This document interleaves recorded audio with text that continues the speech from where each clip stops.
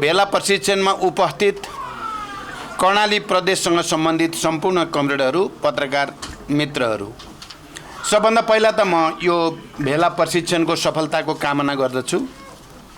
म भन्दा पहिला बोल्ने कमरेडहरूले धेरै महत्त्वपूर्ण कुरा यहाँ प्रस्तुत गर्नुभएको छ। संक्षिप्तमा भए पनि सारगर्भित रूपमा अहिलेको हाम्रो स्थिति, हाम्रो पार्टीको दायित्व के छ भन्ने बारेमा सटिक ढङ्गले नै विषयहरू राख्नु भएको छ र मलाई के विश्वास छ भने तपाईहरूले त्यो कुराको मर्मलाई बोध गर्नुभएकै छ। हामी अहिले यस्तो परिस्थितिमा छौँ, एउटा ठुलो परिवर्तन, लामो सङ्घर्ष र बलिदानपछि, खास गरी पछिल्लो चरणमा माओवादी पार्टीको नेतृत्वमा चलेको सशस्त्र विद्रोह या जनयुद्ध र त्यसमा भएको ठुलो बलिदान र जनताको सहभागिताको प्रतिफल नेपालमा एउटा दूरगामी परिवर्तन, राजनीतिक परिवर्तन आयो। त्यो परिवर्तन सङ्घीय लोकतान्त्रिक गणतन्त्रको रूपमा, समावेशी र समानुपातिक प्रतिनिधित्व प्रणालीका रूपमा, धर्मनिरपेक्षताको रूपमा त्यो संविधानमा व्यक्त भयो र संस्थागत गरियो। संविधानमा इतिहासमा सबै ठुला क्रान्तिहरूपछि क्रान्तिबाट विस्थापित भएको वर्ग, समुदाय भनौँ, राज्य सञ्चालनमा सयौँ वर्षदेखि आफ्नो वर्चस्व कायम राखेको तबका पहिला त श्रमजीवीहरू, गाउँघर या तल टोलटोलमा बस्ने सामान्य मान्छेहरूले विरोध गर्दैमा, तिनीहरूले विद्रोह गर्दैमा आफ्नो राज्य सत्ता नै चाहिँ मिल्काइन्छ, राजमुकुटै मिल्काइन्छ भन्ने सपनामा पनि सोच्दैनन्। उनीहरूलाई विश्वास हुँदैन जनताप्रति, जनताले त्यति ठुलो काम गर्न सक्छन् भन्ने नै उनीहरूलाई लाग्दैन। उनीहरूको आफ्नो वर्ग चरित्रको कारणले, उनीहरूका बाबुबाजे बराजुको पालादेखि राज्य चलाउँदै आएको राजा महाराजा भएको हुनाले उनीहरूले जनतालाई बडो हेपेर सोच्ने गर्छन्। तर जब जनता विद्रोहमा आउँछन्, क्रान्तिमा आउँछन्, जस्तोसुकै त्याग गर्न, तपस्या गर्न, बलिदान गर्न पनि तयार हुन्छन्, त्यहाँ उनीहरूले सोचेको विपरीत राज्य सत्ताहरू उलटफेर हुन्छन्। दुनियाँमा यस्तै हुँदै आएको छ। दास विद्रोहदेखि, किसान विद्रोहदेखि, मजदुर विद्रोहसम्म यस्तै हुँदै नै मानव जातिको, समाजको विकास हुँदै आएको छ। यो एउटा तथ्य हो भने अर्को तथ्य के हो भने नपत्याएका मान्छेहरूले लडेर क्रान्ति गर्छन्। क्रान्ति गरिसकेपछि अनि उनीहरू झस्याङ्ग हुन्छन्। अरे क्या पुरानो वर्गका मान्छे, ओहो हाम्रो त उल्टियो त, राजमुकुट त गयो, आफ्नो वैभव गयो भनेपछि झल्यास सपनाबाट बिउजा जस्तो हुन्छन् अरे। र अनि उनीहरू अब फेरि त्यो पहिला गुमेको सत्ता, गुमेको वैभव, त्यो गुमेको सबै चिज प्राप्त गर्नको लागि पहिलेको भन्दा 10 गुणा बढी शक्तिको साथ लाग्छन् अरे। यो चाहिँ मार्क्सवादीहरूले, अझ लेनिनले सबभन्दा राम्रोसँग भन्ने गर्नुहुन्थ्यो। फेरि उल्ट्याउनतिर लाग्छन्, फेरि पहिलाकै सत्ता कायम गर्ने, फेरि पहिलाकै प्रणाली, पहिलाकै सिस्टम बनाउनेतिर लाग्छन्। अहिले नेपालमा पनि हामीले 10 वर्षको जनयुद्ध मार्फत अनि राजनीतिक दलहरूसँग समझदारी गरेर 19 दिनको ऐतिहासिक जनआन्दोलन मार्फत र विगतका थुप्रै सशस्त्र र शान्तिपूर्ण आन्दोलनको योगफलसहित हामीले परिवर्तन ल्यायौँ। उनीहरूले नपत्याएको परिवर्तन हामीले ल्यायौँ। संविधान पढ्यो भने धेरै अधिकार जनतालाई त्यहाँ दिइएको छ। देशका सबै उत्पीडित वर्ग, मजदुर किसानदेखि सबै उत्पीडित जाति, समुदाय, लिङ्ग सबैका लागि संविधानमा मौलिक अधिकार र अन्य थुप्रै अधिकारहरू त्यहाँ व्याख्या गरिएको छ। र संविधानलाई के भनिएको छ भने यो समाजवाद उन्मुख संविधान भनिएको छ। अबको राज्य समाजवाद उन्मुख हुनेछ भन्ने कुरा सानो कुरा भनेको होइन। त्यसकारण यो यति ठुलो परिवर्तन र यति ठुलो घोषणा जो भयो त्यो माओवादी युद्धका कारणले मुख्य रूपमा माओवादी विद्रोहमा जनताको बलिदानका कारणले मुख्य रूपमा भयो। म कमरेडलाई यसको लामो व्याख्या गर्न त अहिले सम्भव देख्दिनँ। म खालि के चाहिँ स्मरण गराउन चाहन्छु भने यसरी यति ठुलो परिवर्तन ल्याउने तागतलाई त्यसका विरोधीले पनि स्वीकार्नुपर्ने बाध्यता भयो क्या नेपालमा। उनीहरूले माओवादी आन्दोलनलाई दमन गरेरै गाउँघरका गरिबहरू, गाउँ बस्ती भिरपाखा मतलब विकट इलाकामा बस्ने मानिसहरूको विद्रोहलाई राज्य सत्ताको प्रयोग गरेर दमनद्वारा नै त्यसलाई कत्लेआम गर्ने, त्यसलाई ध्वस्त पार्ने सोचेका थिए। त्यस्तो भएन। बरु त्यो एकपछि अर्को सफलतातिर अगाडि बढ्दै गएपछि स्थिति के भयो, जसले यो आन्दोलन दबाउने भनेका हुन् तिनीहरूले यो आन्दोलनका माग हामी स्वीकार्छौँ भन्ने ठाउँमा आएपछि सम्झौता भयो। एउटा कुरा म कमरेडहरूलाई अलिकति विशेष रूपले ध्यान दिन आग्रह गर्न चाहन्छु। सङ्घीयता त्यति बेलाको मूलधारका भनेका न पार्टी न राजा महाराजा कसैको एजेन्डा हो। गणतन्त्र न त्यति बेलाका कुनै मूलधारमा भनिएका पार्टी न राजा महाराजाकै एजेन्डा थियो, हुन सक्थ्यो। त्यो पनि होइन। धर्मनिरपेक्षता पनि होइन। समावेशी समानुपातिक सबै दलितहरूको पनि प्रतिनिधित्व हुनै पर्ने, महिलाको प्रतिनिधित्व हुनै पर्ने, मुस्लिमको हुनै पर्ने, थारूको हुनै पर्ने, आदिवासी जनजाति हुनै पर्ने, मधेसी हुनै पर्ने भन्ने संविधानको कल्पना पनि कसैले गरेको होइन।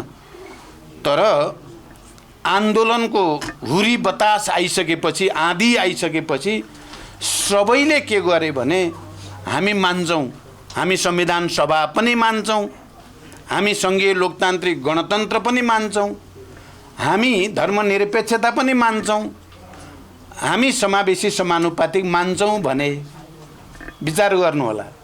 सबैले मान्छौँ भनेपछि हामीले पनि सम्झौता गर्ने। अब हामी एक्लै लडेको लडे कति लड्ने, त्यो पनि फेरि राष्ट्रिय परिस्थिति हेर्न पर्यो, अन्तर्राष्ट्रिय परिस्थिति हेर्न पर्यो, सबै हेर्न पर्यो।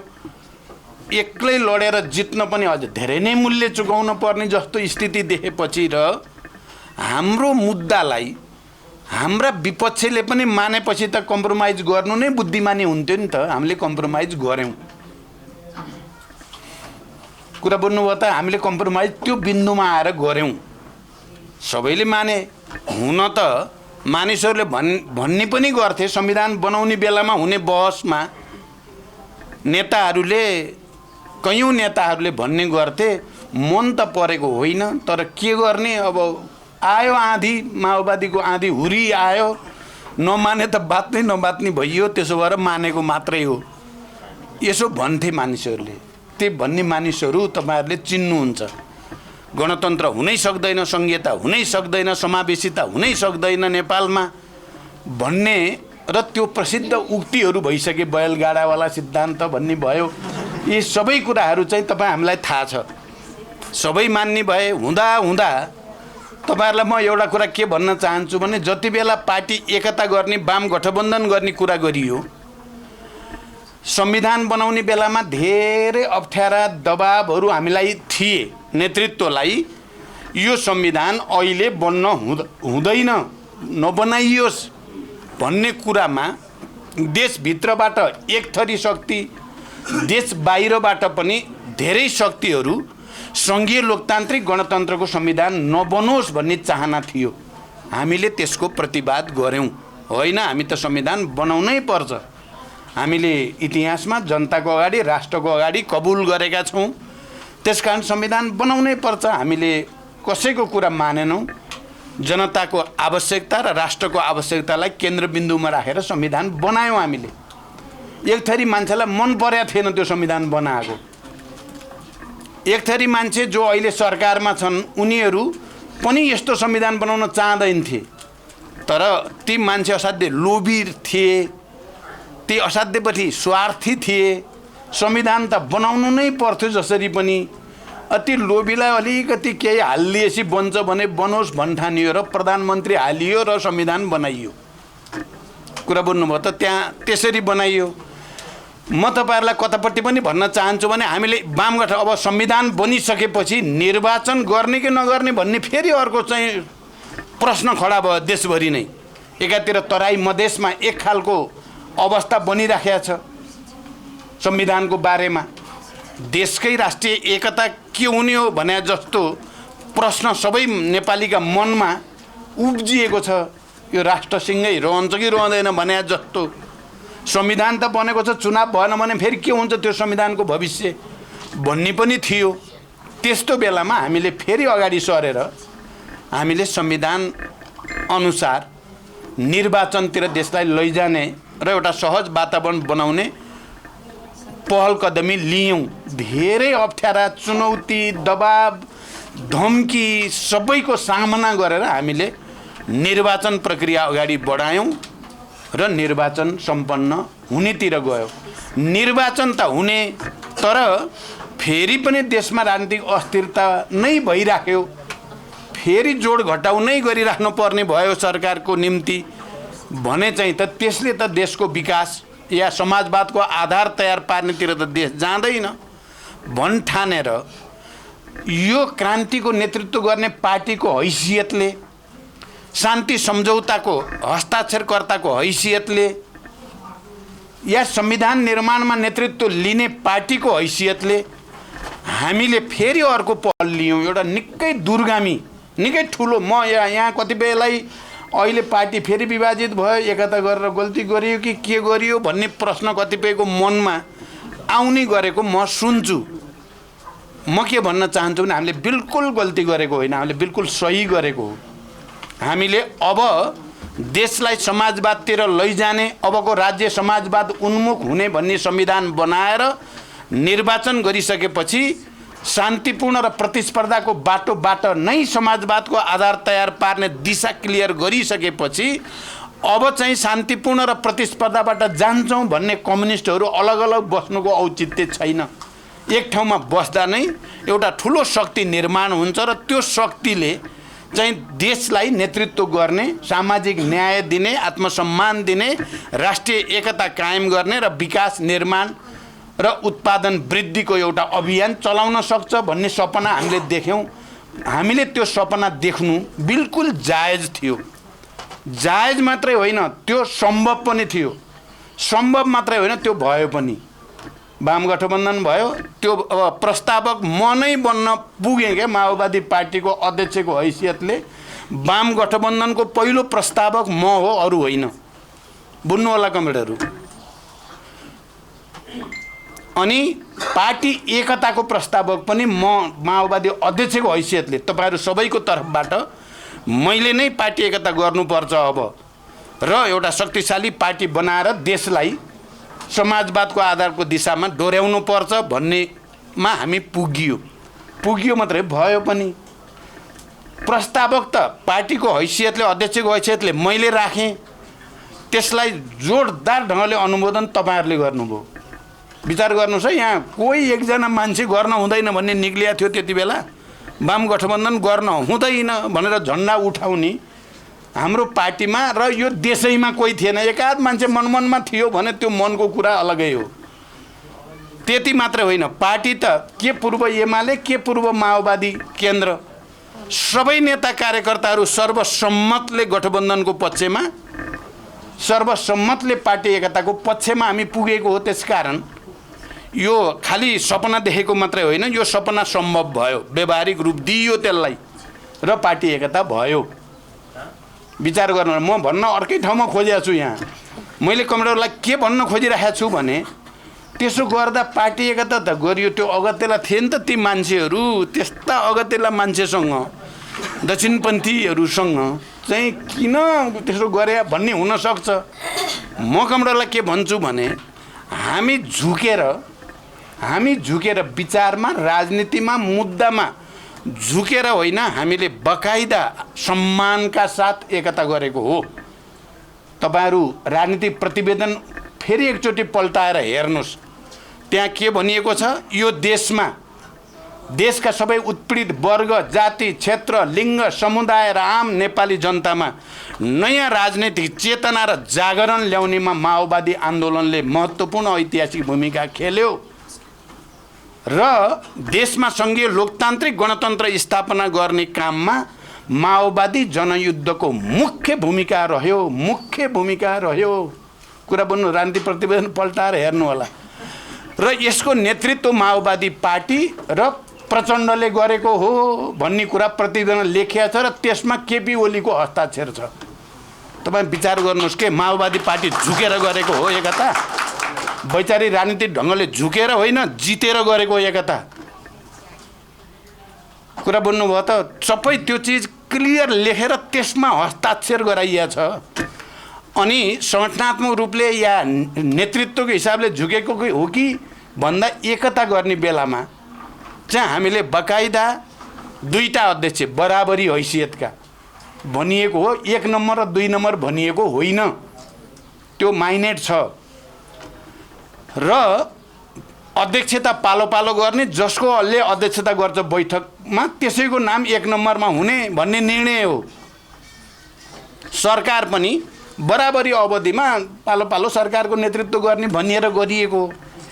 त्यसकारण हामीले सैद्धान्तिक राजनैतिक मुद्दाको हिसाबले, माओवादी आन्दोलनको इतिहासको मूल्याङ्कनको हिसाबले हामीले टाउको झुकाउनु पर्ने, शिर झुकाउनु पर्ने कुनै काम गरेको होइन। बकाइदा हामी चाहिँ छाती ठोकेर भन्न सकिने कि माओवादी युद्धले नै जनतामा एउटा ऐतिहासिक जागरण ल्यायो, माओवादी युद्धकै कारण चाहिँ सङ्घीय लोकतान्त्रिक गणतन्त्र स्थापना भयो भन्ने कुरामा सहमत गराएर गरेको एकता हो। तपाईहरु भन्न सक्नुहुन्छ हामीले गल्ती गरेका थियौं भनेर। हामीले बिल्कुल गल्ती गरेको होइन हो। त्यहाँ भित्र मान्छे विभिन्न खाले छन् भन्ने थाहा नपाएको होइन, तर हामीलाई के विश्वास थियो भने हामी आफूप्रतिको विश्वासको कारणले आफ्नो विचार, आफ्नो राजनीति, आफ्नो संगठन, आफ्नो विगत विरासत, हाम्रो कर्म जे गरेका थियौं हामीले युद्धमा, त्यो कर्मका कारणले होल पार्टीको नेतृत्व लिन सकिन्छ भन्ने आत्मविश्वासको साथ एकतामा गएका थियौं। फेरि त्यो लेखाएको सही गरेको त एउटा भयो, तर भोलि सही गरेको मानेनन् भने पनि होल पार्टीलाई लिन सकिन्छ भन्ने विश्वासले गयो हामी। यो कुरा बुझ्नु होला। र त्यस्तै भयो पनि तपाईहरुले कतिको सुन्नु भएको छ मलाई थाहा छैन। पोहोर साल माघमा भएको केन्द्रीय समितिको बैठक जो कार्यकारी अध्यक्षको हैसियतले मैले सञ्चालन गरेको थिएँ, मैले अध्यक्षता गरेको थिएँ, त्यो बैठक केपी ओली सुरुमा र अन्तिममा अलिकति आएर बोले, अरु उनको केही भूमिका थिएन त्यो केन्द्रीय समितिको बैठकमा। र त्यो केन्द्रीय समितिका बैठक ऐतिहासिक रूपले सफल भएको थियो। के पूर्व एमाले के पूर्व माओवादी बैठकबाट निक्लिँदा सबैका अनुहार उज्यालो, अब पार्टी बन्यो भन्ने कुरा सबैको मनमा लाग्यो। कोहीले व्यङ्ग गरेर, व्यङ्ग होइन ठट्टा गरेर भन्नुहुन्थ्यो, होइन पार्टी त बन्ने खतरा पैदा भयो है अब त भन्ने गर्नुहुन्थ्यो पूर्व एमालेकै साथीहरू।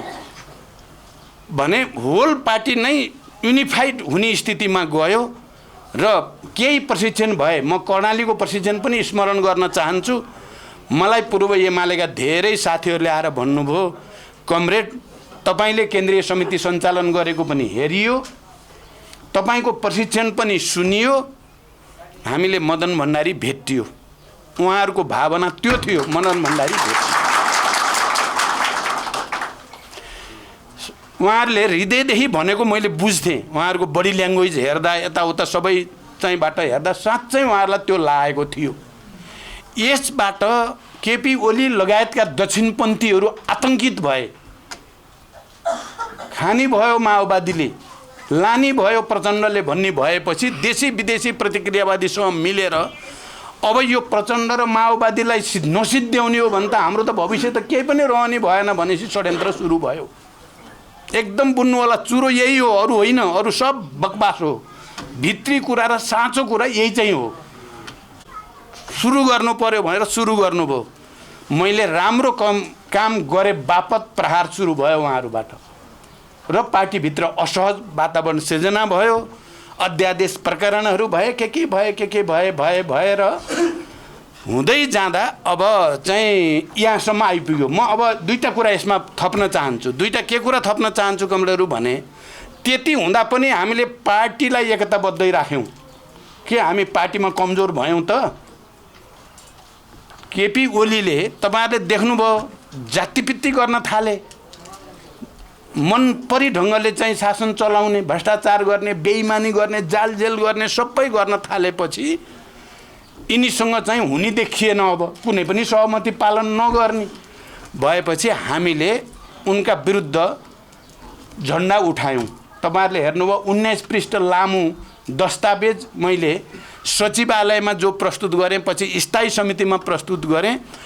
त्यो मेरो मात्रै होइन, त्यो सचिवालयका बहुमतको हो, स्थायी समितिको 2/3 बहुमतको प्रस्ताव हो। त्यो प्रचण्डको मात्रै प्रस्ताव होइन।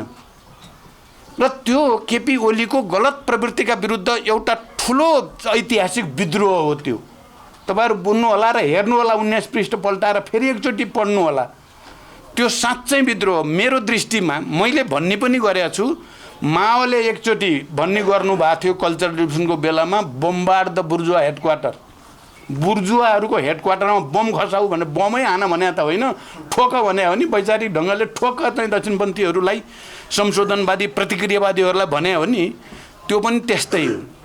त्यो कुरा केपीले नबुझे होइन, फेरि केपीले बुझ्नुभयो। फेरि त्यो कुरा उनले बुझे, म माथि अब सम्पूर्ण प्रहार भयो, मलाई ध्वस्त पार्ने कोसिस भयो भनेपछि अब उनको अगाडि उनी प्रधानमन्त्री त उनी हुन्, राष्ट्रपति त उनले जे भने त्यही गर्ने नै हुनुहुन्छ भनेपछि उनले पनि अब अन्तिम अस्त्र प्रयोग गरे।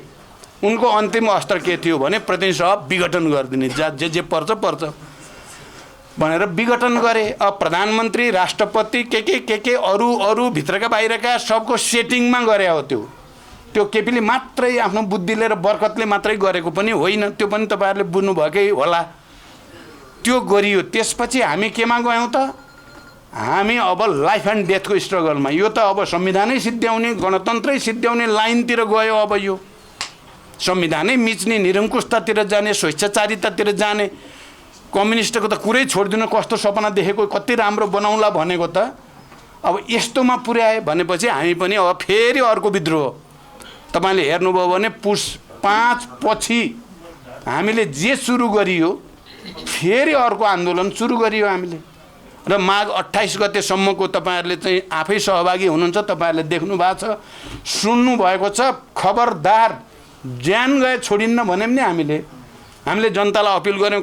हामीले ल्याएको रगत बगाएर ल्याएको खोज्न खोज्दैछन् प्रतिक्रियावादीहरूले, दिँदैन। तपाईँले साथ दिनु पर्यो। जनताले साथ दियो।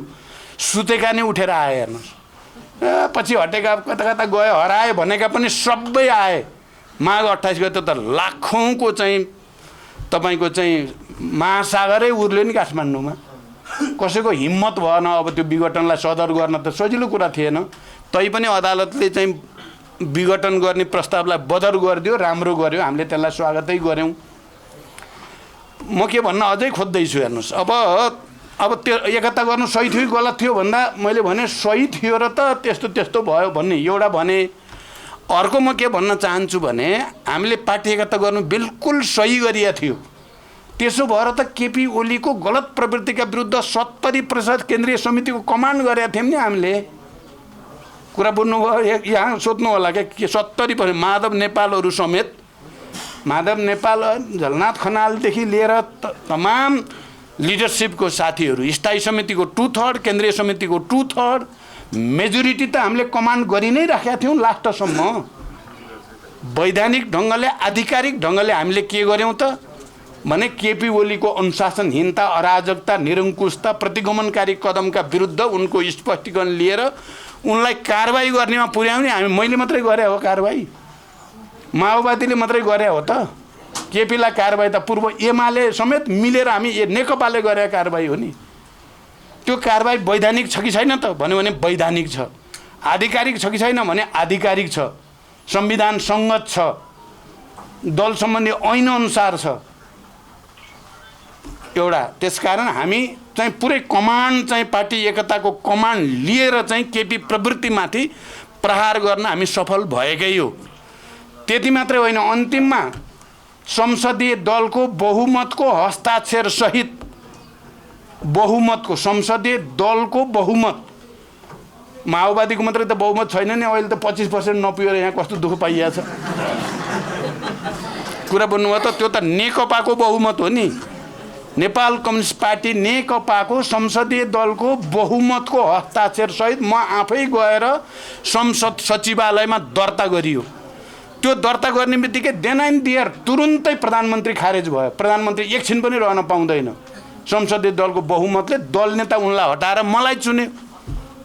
संसदीय दलको सर्वसम्मतले मलाई चुन्यो, उपस्थितिको सर्वसम्मत जो बहुमत छ हस्ताक्षर गरेको छ। अनि हामीले पार्टी एकता र गल्ती गरे भन्न मिल्छ त? बकाइदा चाहिँ मेजोरिटीलाई कमान्ड गरेर संविधान अनुसार चाहिँ सब चिज कमान्डमा लिइएको थियो।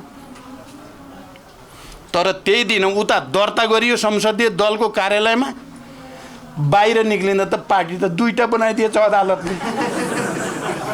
यो दुईटा बनाउन मिल्ने र पाइने कुरा हो त? संसारमा कहीँ मिल्छ यस्तो कुरा पनि? यो यति अप्राकृतिक कुरा भयो नि, यो त्यो बनाउन मिल्ने कुरै होइन यो कतैबाट पनि। यो जन्मिसकेको बच्चा र हुर्केर 3 वर्ष भइसकेकोलाई फेरि आमाको गर्भमा पसाउँछु भनेर हुने कुरा हो?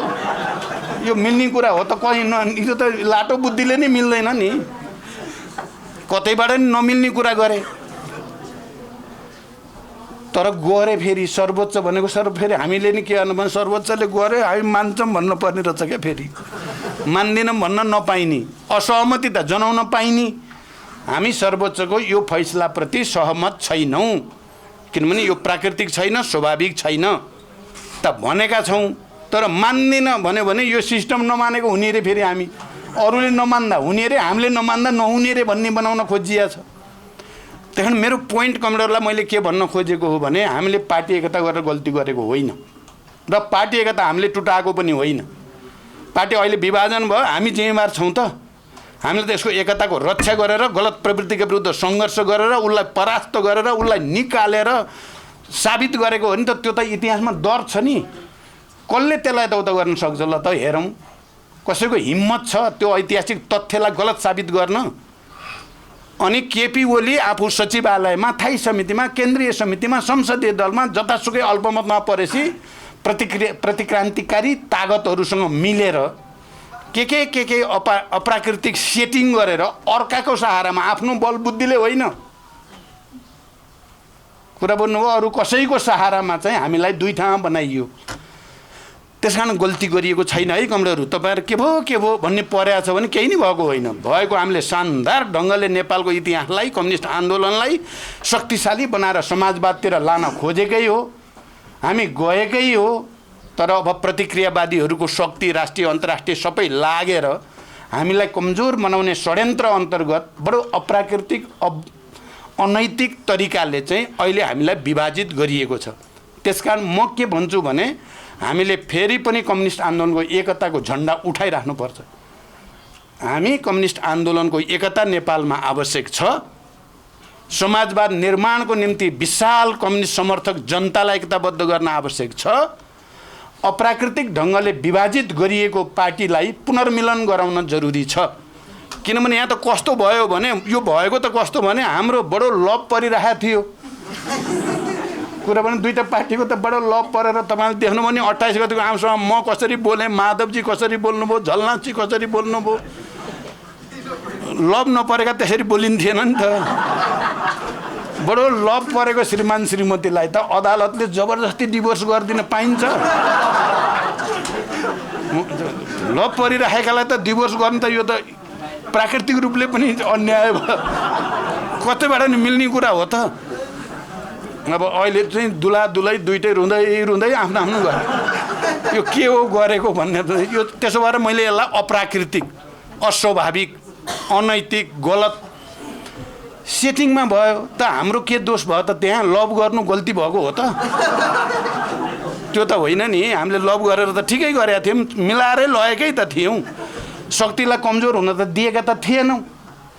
यसरी बुन्न परेर फेरि पनि कम्युनिस्ट आन्दोलनको एकता आवश्यक छ।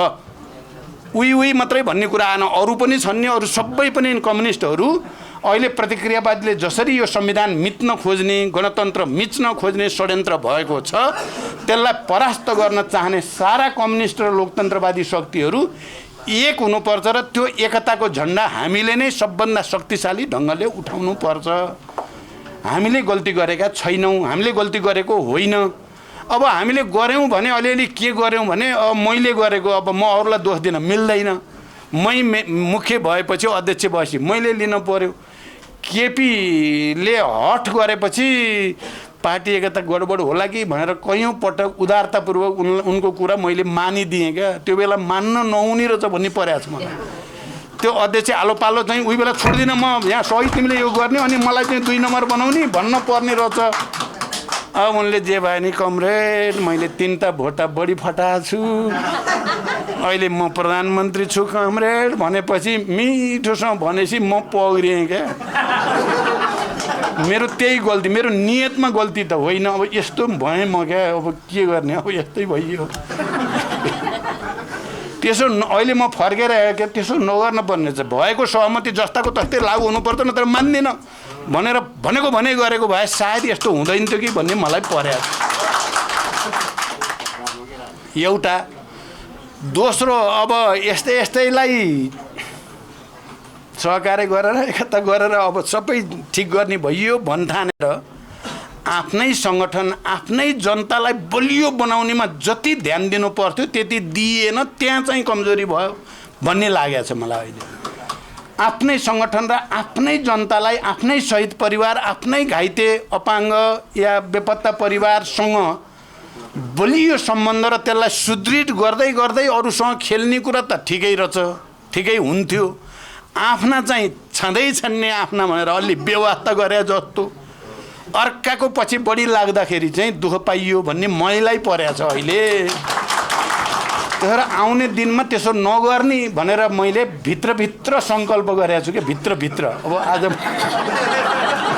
कुरा भन्नु त्यो सङ्कल्प गरेको छु र त्यही अनुसारै तपाईँले हेर्नुभयो भने यो चाहिँ हामीलाई डिभोर्स गराइयो नि, त्यसपछि म देशभरि घुमै छु, हेर्नु घुमै छु र अहिले सबभन्दा बढी प्रदेश स्तर भने कर्णाली प्रदेशमा नै मेरो ध्यान छ। आज तपाईँहरू यो प्रदेश सम्पर्क कमिटीका साथीहरू हुनुहुन्छ, मेरो ध्यान चाहिँ कर्णालीतिर छ। त्यो कुनै उसको होइन। कर्णाली प्रदेश यो देशको हिजोको सत्ताले पछि पारेको दुःख पाएको होइन, सबै मानव विकासको सूचकाङ्कमा पनि आर्थिक विकासमा पनि पछि परेको क्षेत्र 1, 2 हाम्रो हिजोको विद्रोहको एउटा आधार इलाका कुरा भन्नुभयो चाहिँ अब रुकुम जाजरकोट सल्यानदेखि लिएर डोल्पासम्म जुम्ला हुम्लासम्म कालीकोट, अझ कालीकोटको त एउटा ऐतिहासिकै भूमिका चाहिँ जनयुद्धको बेलामा खेलेका जिल्लाहरू।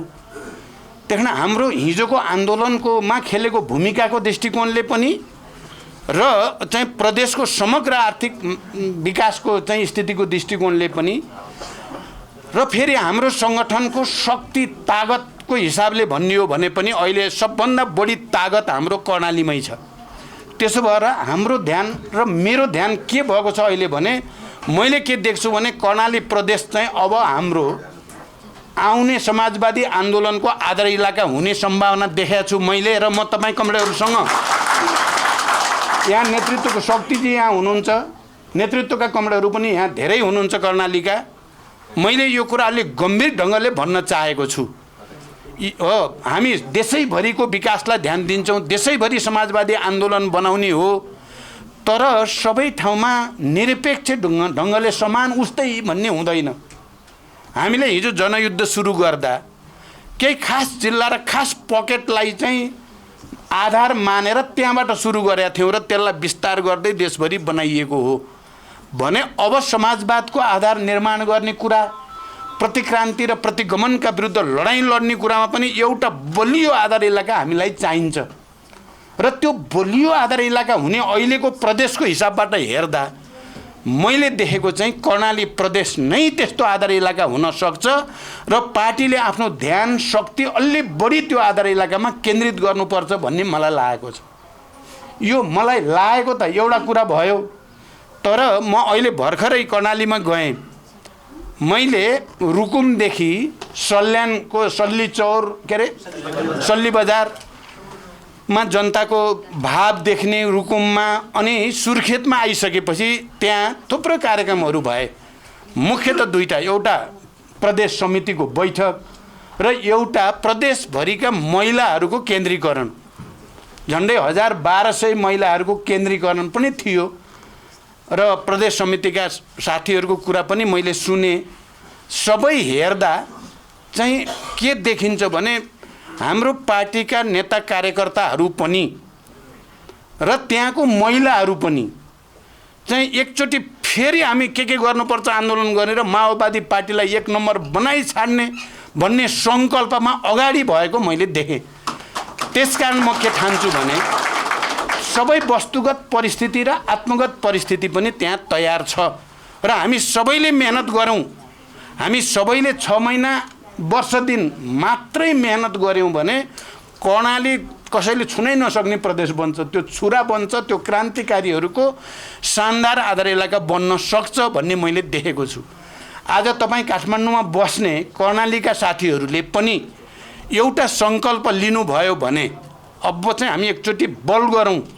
यहाँबाट हामीले चाहिँ सङ्गठन निर्माणमा, सङ्गठन विस्तारमा, उत्पादन निर्माणमा, आफ्नो भूगोलतिरको सङ्गठनलाई सुदृढ गर्न चाहिँ सहयोग गर्ने कुरामा आफ्नो भूमिकालाई परिभाषित गरेर योजनाबद्ध ढङ्गले तपाईँहरूले लाग्नुभयो भने मलाई लाग्छ यहाँबाट एउटा ठुलो रणनीतिक भूमिका तपाईँहरूले खेल्न सक्नुहुन्छ पार्टीलाई 1 नम्बर पार्टी बनाउनेमा। हाम्रो शक्तिजीले बिल्कुल सही भन्नुभयो। छोटो भन्दा पनि उहाँले सही के भन्नुभयो भन्ने मलाई लागेको छ भने यो सङ्घीय लोकतान्त्रिक गणतन्त्र र यो संविधान रहँदासम्म माओवादी पार्टी कहिले अलि सानो जस्तो कहिले ठुलो जस्तो देखिन सक्छ। यो पार्टीको औचित्यमाथि प्रश्न उठ्न सक्दैन। यही पार्टी ठुलो हुने आधार छ भन्नुभयो। बिल्कुल त्यही सही हो, बिल्कुल त्यही सही हो। त्यसकारण हामी सबैले एकचोटि सङ्कल्प गर्नु छ, माओवादी पार्टीलाई 1 नम्बर पार्टी बनाइएन भने देशमाथि नै खतरा उत्पन्न हुन्छ। माओवादी पार्टी 1 नम्बर पार्टी हुनु 64 को जस्तै पार्टी भएर चाहिँ यसलाई लिएर आउनु, किनकि मुद्दा हामीसँग छ। किन केपी ओलीले पनि सही गरेकै छन् नि, सङ्घीय लोकतान्त्रिक गणतन्त्र ल्याउने माओवादीको मुख्य भूमिका हो भनेर त त्यही लिएर देखाउँदै हिँड्ने नि घर घरमा। केपी ओलीले नि त हिजो त माने हो नि त, त्यो देखाउँदै हिँड्दा त जवाफ त छैन नि एमालेको केपी ओली गुटकासँग, मानेकै हो। अब हाम्रा कमजोरी कहाँ भए त्यसलाई आत्मसमीक्षा गर्ने, हाम्रा मुद्दाहरू चाहिँ छन् ती मुद्दाहरूलाई दरोसँग समात्ने, हाम्रै कारणले यत्रो परिवर्तन आउने। अब यहाँ त अब चाहिँ काम गर्ने कालु बसी खाने भालु भने जस्तो भयो। जो विरोधी उसले मजाले खान्छ उसले जिते जस्तो गर्छ। बाबा म त हैरान हुन्छु हेर्नु, हारे पनि जिते जस्तै गर्छन् केपी त। संसद पुनर्स्थापना भएपछि त हारे भनेर 1-2 दिन त अलिकति सुतेर बस्नु नि, उनी त झन् जिते जस्तो पो गर्छ, मैले जितेँ जस्तो। हजुर त्यही त। अब यो त विचित्र भयो। अब हामी जितारवाला योद्धाहरू क्रान्तिकारी त्यत्रो त्याग बलिदान गरेको हामी चाहिँ हारे जस्ता क्या। हाम्रो यसो हेऱ्यो भने अनुहार चाहिँ अलिकति निन्याउरो, हामी त झन् हुङ्कार गर्नुपर्ने जात हो। हामी त त्यत्रो लडाइँ लडेर यत्रो परिवर्तन ल्याउन सक्नेको अनुहारमा उज्यालो छैन। तिनीहरूको निन्याउरा सब हारेको, सब विरोधी प्रतिक्रान्तिकारी त बडो जिते जस्तो यो हुन दिनु भएन। हामी जिते जस्तो हुनु पर्यो, उनलाई हराउनु पर्यो क्या। हामीलाई देख्ने बित्तिकै उनीहरू हारेको जस्तो लाग्नु पर्यो नि उनीहरूलाई। कुरा भन्नुभयो त त्यो हुनु पर्यो। अब अहिले धेरै खेल छ, फेरि धेरै खेल छ। अब यसमा लाइनको कुरा के हो भन्ने कहिले कहिले कामराहरूलाई लाग्छ। अरू मुद्दा त हामीसँग छँदैछन्, उत्पीडित वर्गका, जातिका, क्षेत्र, समुदाय, समावेशी आदि इत्यादि। तर यतिले मात्रै पुग्दैन। अब हामीले हाम्रो समाजवाद कस्तो हुने, यसको अर्थनीति कस्तो हुने, राजनीति कस्तो हुने, राज्य संरचना कस्तो हुने भन्ने कुराको जवाफ हामीले दिनुपर्छ, त्यसलाई विकास गर्नुपर्छ। हामीले त्यो गर्न जरुरी छ। अहिले त्यो नगरी हुँदैन। हामीले गर्न सक्छौँ, हामीले गर्नै पर्छ त्यो चाहिँ। हामीले अबको उत्पादन किनभने उत्पादनको निम्ति सङ्घर्ष, वर्ग सङ्घर्ष र वैज्ञानिक प्रयोग भनिन्छ क्या समाज विकासको नियममा। वर्ग सङ्घर्ष भनेको अहिले प्रतिगमनका विरुद्ध सङ्घर्ष नै हो, मुख्यतः प्रतिक्रान्तिका विरुद्ध सङ्घर्ष। संविधान र लोकतन्त्रमाथि प्रहार गर्ने तत्त्वहरू अहिले बडो हामीले जितेमा अब फर्काइन्छ 47 साल भन्न थालेका छन्। तिनलाई खबरदार, गाउँबाट टोलबाट हामी जाग्छौँ। हामी सबै मजदुर, किसान, विद्यार्थी, युवा सबै हामी जाग्छौँ भनेर जाग्यो भने तिनीहरूको हिम्मत हुँदैन, फेरि यो प्रतिक्रान्ति गर्ने हिम्मत हुँदैन उनीहरू। एउटा त त्यो काम छ हाम्रो वर्ग सङ्घर्षको काम। हामीले उत्पादनका निम्ति सङ्घर्ष, हामीले हेटौडामा त भन्यौँ अब उत्पादन ब्रिगेड है, अब जनमुक्ति सेना भनेर पहिलाको जस्तो हतियारको ब्रिगेड हुँदैन। उत्पादन ब्रिगेड भन्ने लाइन त बनायौँ, तर त्यसलाई कार्यान्वयन गर्नेतिर हामीले वैज्ञानिक योजनाको विकास गर्न सकेनौँ। हामी अन्त गइयो। अब फेरि उत्पादनको निम्ति सङ्घर्ष। हामीले जस्तो निजी, सार्वजनिक, सहकारीको चाहिँ समायोजनबाट समाजवादी अर्थतन्त्रको जग बसाउने भन्ने संविधानले भनेको छ। हामीले चाहिँ माओवादीले मात्रै भन्नुपर्ने नै छैन। अहिले त हामीले संविधान देखाउँदै माओवादी योजना लागू गर्न पाइन्छ। कुरा भन्नु त्यस्तो उत्पादनको निम्ति सङ्घर्ष। हामीले सहकारी बनाएर कृषिमा, उद्योगमा चाहिँ अरू चाहिँ तपाईँको व्यवसायमा कसरी त्यसलाई समाजवादी स्वरूप दिने भन्ने खालको उत्पादनको निम्ति सङ्घर्षको योजना र एउटा अभियान। अर्को वैज्ञानिक प्रयोग भनेको अहिले विज्ञानले जे जति विकास गरेको छ त्यसलाई वर्ग सङ्घर्षमा, उत्पादनको निम्ति सङ्घर्षमा कसरी प्रयोग गर्ने। यो डिजिटलको जमाना छ नि, यो डिजिटल चाहिँलाई हामी उत्पादन र वर्ग सङ्घर्षको निम्ति प्रयोग गर्न जान्न पर्यो। माओहरूले भनेको वर्ग सङ्घर्ष, उत्पादनको निम्ति सङ्घर्ष, वैज्ञानिक प्रयोग, यही लाइनमा हामी जाने हो। मैले अहिले अब तपाईँहरूको कुरा यहाँ अलिअलि सुने पनि कर्णालीका चाहिँ जनताको, त्यहाँका प्रदेशका नेताहरूको या त्यहाँका महिलाहरूको, कालीकोटका ती वीर वीरङ्गना महिलाहरू आउनुभयो। मलाई बडो चाहिँ गर्वको पनि महसुस भयो कि ती ऐतिहासिक वीरता प्रदर्शन गर्ने, कीर्तिमान कायम गर्ने महिलाहरू अहिले पनि ल आदेश चाहियो हामी फेरि मर्न तयार छौँ भनेका छन्। त गाउँमा त हामी त यहाँ सिंहदरबारमा रुमल्लिया जस्तो त हामी पो भएछौँ। किन हामी पो बरु के हो भएछौँ। जनता त फेरि पनि उस्तै छन्। कार्यकर्ता त तल पिँधमा गएर हेर्दा त उस्तै जोस छ, कहाँ हराए माओवादी भने। त्यसकारण हामीले त्यो चाहिँ जनताको त्यो भरोसा, जनताको त्यो आशालाई अब फेरि एकचोटि नयाँ सिराबाट हामी त्यहाँ जोडिएर, उनीहरूका दुःख दर्दसँग जोडिएर, उनीहरूको उत्पादन सङ्घर्षलाई अलिकति प्रतिफलमुखी बनाउने योजना निर्माण गरेर विज्ञान प्रविधिको प्रयोग गर्न सिकेर सिकाएर जाने लाइन बनाउने हो अब। र हामी एकचोटि फेरि नयाँ प्रकारको जनयुद्ध, त्यो सशस्त्र हिंसा होइन है, फेरि त्यही भन्यो भनेर प्रचार हुनसक्छ, जे होस् नयाँ जनयुद्ध। जसरी चाहिँ हामीले युद्धको बेलामा भन्थ्यौँ नि, युद्ध भनेको रक्तपात पूर्ण राजनीति हो, राजनीति भनेको रक्तपातहीन युद्ध हो। त्यस अर्थमा अहिले पनि हामी युद्धमै छौँ, प्रतिक्रियावादका विरुद्ध युद्धमै छौँ। तर त्यो युद्ध लड्ने तरिका चाहिँ र रूप चाहिँ फरक छ।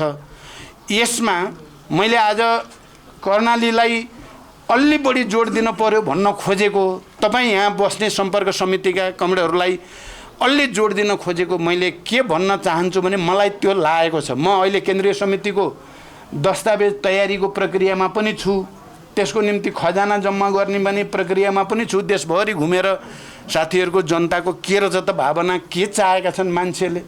किन त्यो एउटा अभियान भयो भने प्रतिक्रियावादले प्रतिक्रान्ति गर्न नि सक्दैन क्या नेपालमा। हामी सबैले आफ्नो ठाउँबाट हुङ्कार गऱ्यौँ, आवाज उठायौँ, छलफल हुन थाल्यो, भेला हुन थाल्यो, अन्तर्क्रिया हुन थाल्यो, खबरदार प्रतिक्रान्ति गर्न पाइँदैन भन्ने आवाज जतासुकै उठ्यो भने तिनीहरूले सक्दैनन्। हामी चुप लाएर बस्ने, अब यो दुईजना नेता मात्रै कराउने भयो भने चाहिँ उनीहरूले हेप्छन्। त्यसो भएको हुनाले चाहिँ अब त्यो दस्तावेजको तयारीको प्रक्रिया पनि चलिरहेको छ। तपाईँहरूका यस खालका भेला, मिटिङ, बैठकहरूले एउटा सङ्कल्प लिनु पर्यो। कुरा भन्नु सबैले लिन पर्यो। देशभरिका सम्पर्क समन्वय, फेरि यो सम्पर्क समन्वय भनेको निकै ठुलो शक्ति छ। अहिले काठमाडौँमा धेरै नेपालीहरूको केन्द्रीकरण सहर बजारतिर हुन थालेको छ। त्यो विकासको स्थितिले गर्दा रोजगारीको आवश्यकता इत्यादि धेरै धेरै कुराले सहरीकरण त बढ्दैछ, त्यही मानिसहरू सहरतिर बढी केन्द्रित हुनु स्वाभाविक पनि छ भने त्यहाँ केन्द्रित भएका मानिसहरूलाई सङ्गठित गर्ने, राजनीतिक रूपले प्रशिक्षित गर्ने, विचार दिने, ओरिएन्टेसन दिने, एउटा सङ्कल्प दिने, एउटा अनुशासन र संस्कार दिने जिम्मेवारी तपाईँ हाम्रो छ। र म के भन्छु भने देशैभरिको सम्पर्क समन्वय पनि यहाँ प्रहलादजी, सत्याजी, हाम्रो डिलारामजी चाहिँ के हुनुहुन्छ अरे तपाईँ सहइन्चार्ज सम्पर्क समन्वयको साथीहरूलाई पनि म के भन्न चाहन्छु भने सबैको यस्ता भेला गरेर एक नम्बर पार्टी बनाउने, अब एक नम्बर बनाइ छान्ने भन्ने सङ्कल्प गर्न पर्यो। नेतृत्वले पनि भरपर्दो ढङ्गले भन्न पर्यो, विश्वास लाग्ने ढङ्गले अब हुन्छ भन्ने भन्न पर्यो, साथीहरूलाई पनि त्यो बनाउन पर्यो। मलाई के लाग्छ भने अब प्रतिक्रान्तितिरै लगेछन् भने यो हाम्रो तयारी, सडक आन्दोलनको तयारी हुन्छ। चुनावतिर देश जाने स्थितिमा चुनावमा हामी एक नम्बर पार्टी हुनेतिर जान्छ भन्ने मलाई विश्वास छ। खालि सङ्कल्प हामीले लिनु छ। एउटा अन्तिममा म के भन्छु भने अब हामी कम्युनिस्ट आन्दोलनको एकताको झन्डा छोड्न हुँदैन, बेकार एकता भन्न हुँदैन। एकताले हामीलाई धेरै ठुलो कुरो गर्यो। 3 वर्ष चाहिँ हामीले चान्चुने चिज भएको मैले ठाने छैन। दुनियाँलाई दङ खुवाइयो नि फेरि एकचोटि, अब संसारै लाएर फुटाउनु चाहिँ हामीले त फुटायो होइन नि।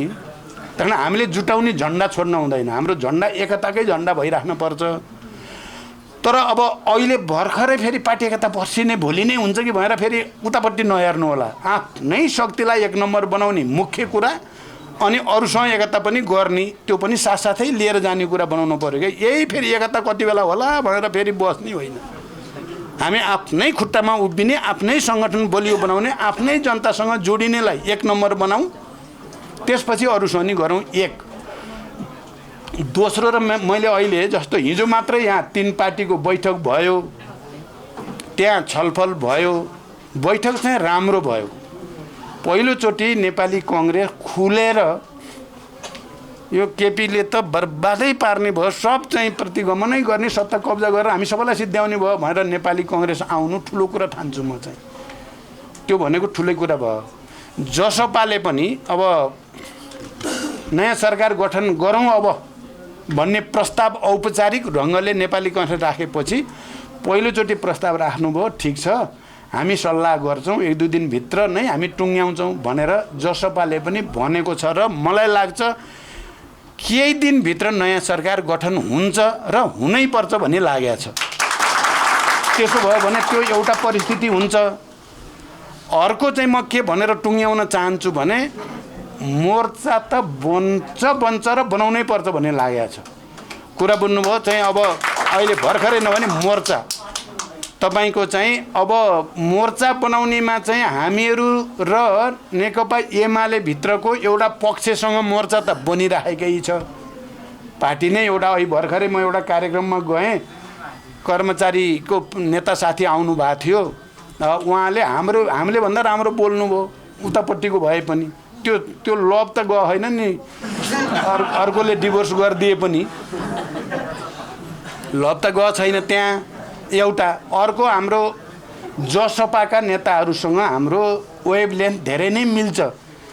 अहिले मात्रै मिल्यो भने उहिलेदेखि मिल्दै आएको वेभलेन्थ हो, त्यहाँ मोर्चा बन्न सक्छ। जसपासँग मोर्चा, अर्को पक्षसँग मोर्चा र नेपाली कङ्ग्रेससँग कम्तीमा चाहिँ सरकारमा सँगै र चुनावी तालमेल भयो भने त्यो पनि ठुलो कुरा हुन्छ।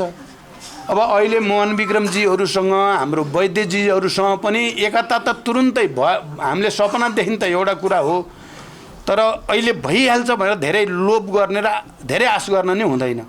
तर मोर्चा चाहिँ बन्छ। मोर्चा बन्यो भने जस्तो अहिले पत्रकार महासङ्घको हिजो चुनाव भयो, आज रिजल्ट सबै आयो कि आएन रे, आइसकेको थिएन। तर जे होस् मूलभूत रूपमा त्यसको चाहिँ मोर्चाको चाहिँ आह्वानकर्ता नै हामी नै भइयो र मूलभूत रूपमा जित्तियो देशैभरि। र ओलीलाई चाहिँ 4थो नम्बरमा पुर्याइएको छ। तपाईँ हेर्नु होला, 4थोमा पुर्याइएको छ। आउने चुनावमा हामीले मोर्चा राम्रोसँग बनाएर हामी त्यसमा इमान्दार भयौँ र अलि मेहनत गऱ्यौँ भने 4थो नम्बरमा पुग्ने पालो केपीको हो। त्यसपछि उसको विघटन सुरु हुन्छ। मलाई त्यही विश्वास लागेको छ। त्यसमा कमरेडहरूले जोरदार ढङ्गले लाग्न पर्यो, सङ्कल्प लिन पर्यो। यही आह्वान गर्दै म बिदा हुन्छु। धन्यवाद। अभिवादन।